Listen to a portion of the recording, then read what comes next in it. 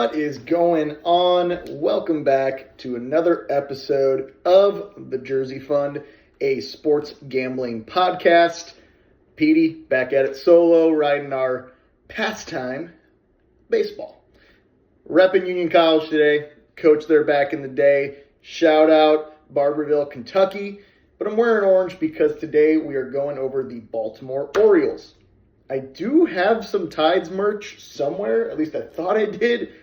Must have left it at a bunch of people's places. Who the fuck knows? The Tides are the AAA affiliate of the Baltimore Orioles. Super cool. Right up the road from me. And it seems like they always got a lot of really good ball players down there, which is not necessarily a good thing for the big club, because that means that guys are getting hurt. They're on rehab assignments. They're struggling, so they're getting sent down. But it's been fun to watch a lot of those guys these past few years. And honestly, now it's going to be a lot different because I think a lot of those guys have graduated. This roster is a lot older. And I do think this roster is actually better than what it has been in years past. So jumping right into the Orioles, we got them at plus 2,200 to win the World Series and over under 84.5 wins. So just above 500 is kind of where a lot of markets are putting this ball club, but I don't think that's where the front office has them. They've added a lot of pieces this offseason, obviously Polar Bear, Pete Alonso being the biggest, both, I guess, physically and in terms of who they've signed. Taylor Ward, sneaky good pickup. Blaze Alexander, a key pickup now coming from Arizona because Jackson Holliday broke his hamate bone, just like Corbin Carroll did, which sucks. Corbin Carroll now out for the World Baseball Classic. Jackson Holliday going to miss a bit of time. It's normally about an 8-week recovery. Hamates can be tricky, though.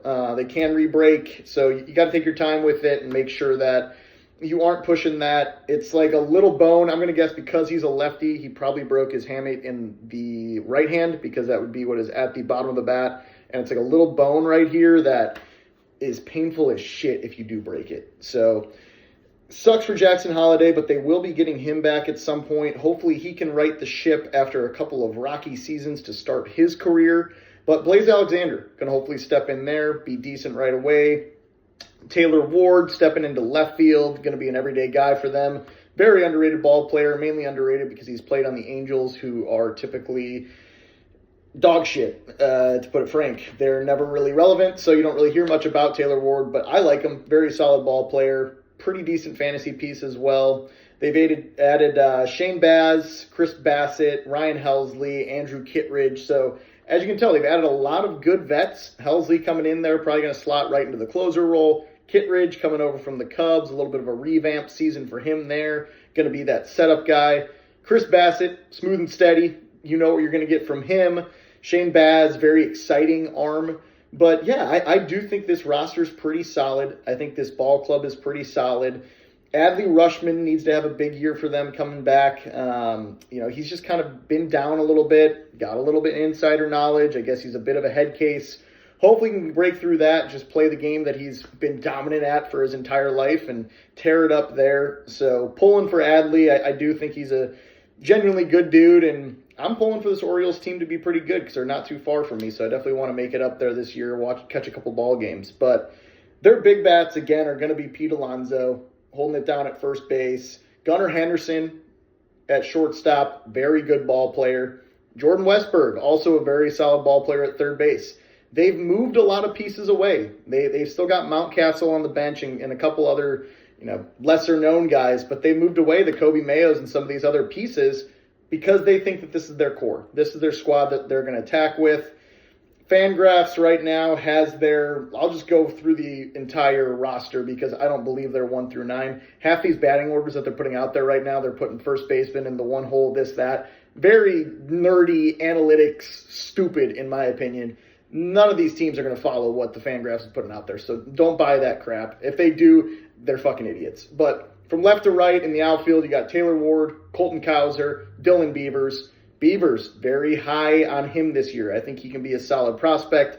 He could be a sneaky guy to sneak into some of your potentially maybe best ball lineups, potentially some fantasy lineups at some point during the year. I think he's a fun player, definitely a dynasty stash. Cowser's been a bit disappointing for me. I thought we were going to get a lot more offense from him, but my goodness is he fucking awesome in the outfield. So going to be an everyday center fielder out there. Now from left to right in the infield, you got Jordan Westberg, who I touched on. Definitely grab him in fantasy, a fan of him there. Gunnar Henderson, probably going to be a top few round pick. One of the best shortstops in the game right now. Jackson Holiday / Blaze Alexander at second. Probably no fantasy relevancy there unless you're willing to stash Holiday on your IR for a bit and hope for a bounce back. Pete Alonso, you know what you're going to get over there as well. Poo-poo defense, but more than likely 40 bombs, 100-plus RBIs. Just true, 4-hole hitter. Perfect right there in that role for them. And then Adley Rutschman behind the plate, kind of that wild card who a lot of Oriole fans and myself are hoping is going to have that bounce back year for them. Now up on the mound, it's pretty much a brand new rotation minus Zach Eflin, who still was pretty new last year. Bradish, I'm going to call him a new guy, even though he's been with Baltimore his whole career, because we never know what we're going to get. My goodness, are the nerds super high on Bradish. I guess he is actually the most bet on Cy Young and any award candidate right now. So Kyle Bradish for Cy Young is the most bet award prop out of any prop, not just Cy Young prop, MVP, all of it. Kyle Bradish, Cy Young.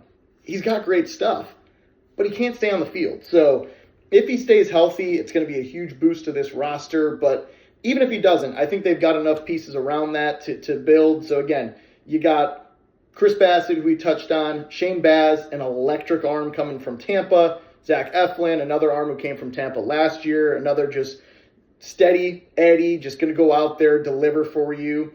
You got Taylor Wells, who can also fill in a spot starter too. So they've got guys, they've got depth.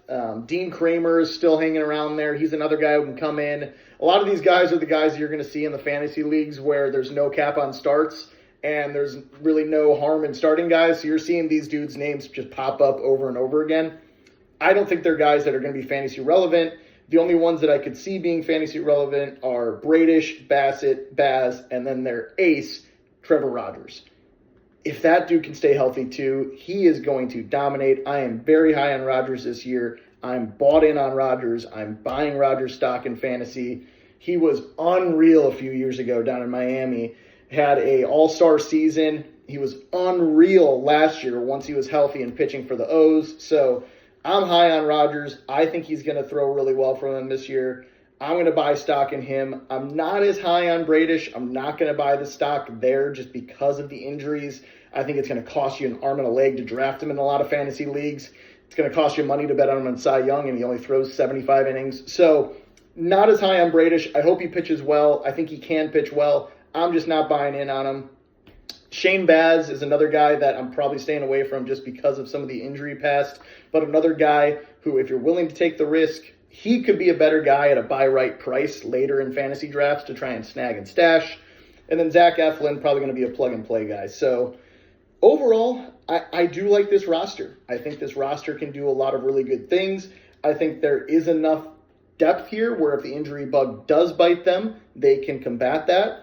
And despite them being in a tough division, with the Red Sox and the Jays and the Yankees and the Rays, I think they're going over that 84.5. So I'm going to take them over 84.5 wins.